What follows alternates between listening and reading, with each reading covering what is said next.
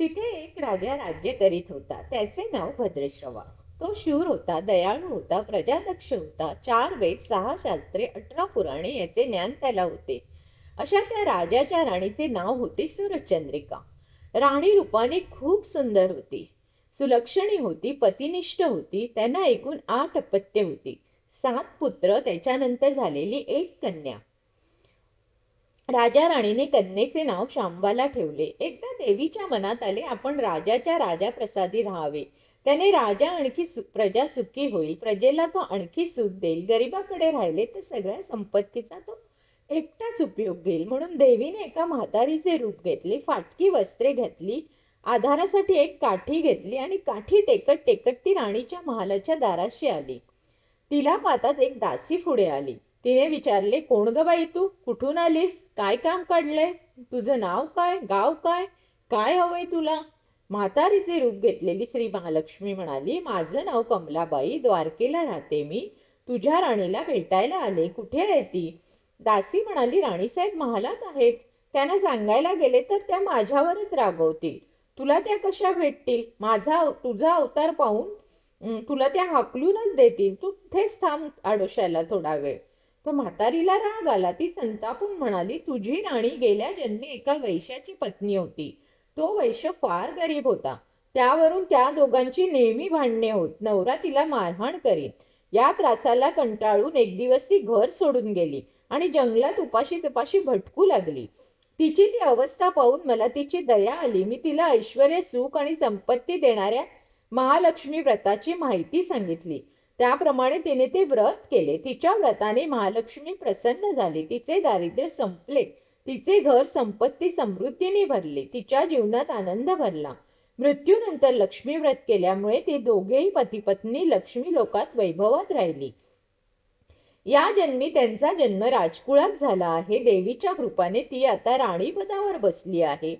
म्हातारीचे बोलणे ऐकून दासीच्या मनात जिज्ञासा निर्माण झाली. तिने म्हातारीला पाणी दिले, नमस्कार केला आणि म्हणाली, मला सांगाल ते व्रत मी करीन ते नेमाने. उठणार नाही, मातणार नाही, घेतला वसा टाकणार नाही. म्हातारीने दासीला लक्ष्मी व्रताची माहिती सांगितली. मग ती उठली, काठी टेकीत टेकीत निघणार एवढ्यात राणी महालातून बाहेर आली. फाटक्या वस्त्रातील म्हातारीला पाहताच ती संतापली आणि उर्मटपणे म्हणाली, कोण ग तू थेरडे? इथे कशाला आली? जा इथून. तिने पुढे होऊन म्हातारीला घालून दिले.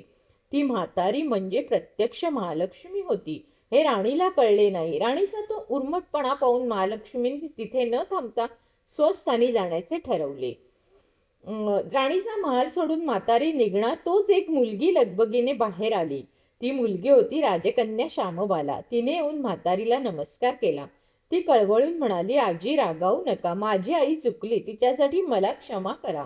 मी तुमच्या पाया पडते. राजकन्याचे ते बोलणे ऐकून श्री महालक्ष्मीला तिची दया आली. तिने श्यामबालाला लक्ष्मी व्रताची माहिती सांगितली. तो दिवस मार्गशीर्ष महिन्यातला पहिला गुरुवार होता. पुढे त्या दासीने लक्ष्मी व्रत केले. तिची ती स्थिती सुधारली. दासी पण सोडून ती संसार सुखाने करू लागली. राजकन्या शांबालानेही भक्तिभावाने सांगितल्याप्रमाणे महालक्ष्मी व्रत केले. सगळे नेमधर्म पाळून दर गुरुवारी तिने ते व्रत केले. शेवटच्या गुरुवारी उद्यापन केले. लवकरच शांबालाचा विवाह सिद्धेश्वर नावाच्या राजाच्या मालाधर नावाच्या राजपुत्राशी झाला.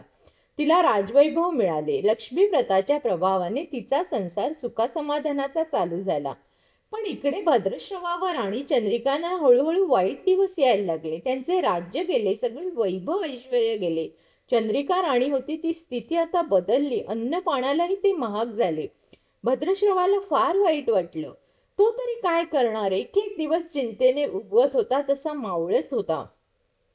एक दिवस भद्रश्रवाला वाटले मुलीकडे जावे, तिला पाहावे आणि 4-8 दिवस तिच्याकडे राहावे.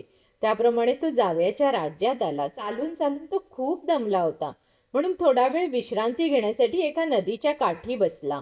राणीची दासी नदीवर येत होती. तिने भद्रश्रवाला ओळखलं.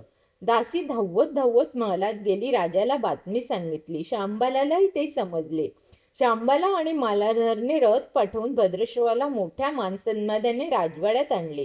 त्याचा आदर सत्कार केला. काही दिवस जावयाचा आणि मुलीचा पाहुणचार घेत भद्रश्रवा राजवाड्यात राहिला. आता परत जायचे विचार त्याच्या मनात घोळू लागले. जावयाला त्याने तसे सांगितले. जावयाने पण संमती दिली. भद्रशिव परत जायला निघाला तेव्हा शांबाल्याने एक हंडा भरून धन पित्याला दिले. तो हंडा घेऊन भद्रशिवा घरी गेला. मुलीने धनाने भरलेला हंडा दिला हे पाहून सूरजचंद्रिकेचा आनंद अनंत गगनात मावेना. घाईघाईने तिने हंड्यावरचे झाकण काढले. आत पाहते तर काय, हंड्यात धन नव्हतेच, होते फक्त कोळसे. महालक्ष्मीच्या अवकृपेने हंड्यातल्या धनाचे कोळसे झाले होते. चंद्रिकेने कपाळावर हात मारून घेतला. भद्रशिवा हा चमत्कार पाहून चकित झाला होता. दुःखाचे दिवस संपत होते, दारिद्र्याचे भोग सुटत नव्हते. सूरजचंद्रिकेला एक एक दिवस काढताना जीव मेटाकुटीला येत होता. एक दिवस सूरजचंद्रिकेच्या मनातही लेकीला भेटायची इच्छा निर्माण झाली. त्याप्रमाणे ती लेकीच्या घरी जाण्यासाठी निघाली. तो दिवस मार्गशीर्ष महिन्यातला शेवटचा गुरुवार होता. सूरजचंद्रिका लेकीच्या घरी पोचली तेव्हा शांबाला व्रताचे उद्यापन करीत होती. शांबालाने आईकडूनही महालक्ष्मी व्रत करवून घेतले. 4 दिवस मुलीकडे राहून सूरजचंद्रिका परत आपल्या गावी आली. लक्ष्मी व्रत केल्यामुळे काही दिवसातच त्यांचे पूर्वीचे वैभवही परत मिळाले. राज्यप्राप्ती झाली. पुढे काही दिवसांनी आई वडिलांना भेटण्यासाठी म्हणून शांबाला माहेरी आली. पण बाप भेटायला गेला असताना त्याला शांबाल्याने कोळसा भरलेला हंडा तर दिलाच होता, पण आपल्याला मात्र काहीच दिलं नाही हा राग राणीच्या मनात होता. त्यामुळे शांबालाचे व्हावे तसे स्वागत कुणी केले नाही. राणीने एक प्रकारे तिचा अपमानच केला होता. पण शांबालेला आईचा राग आला नाही. ती पुन्हा आपल्या घरी जाण्यासाठी निघाली. निघताना तिने पूर्वी बापाला दिलेला हंडा परत घेतला, त्यात मीठ भरले व तो हंडा घेऊन ती आपल्या सासरी आली.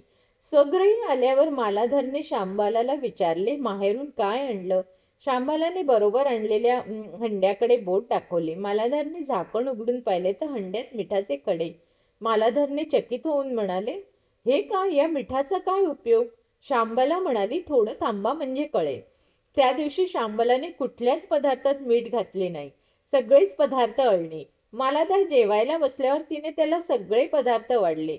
सगळे जेवण त्याला अळणी लागले. मग शांबालाने पानात थोडे मीठ वाढले.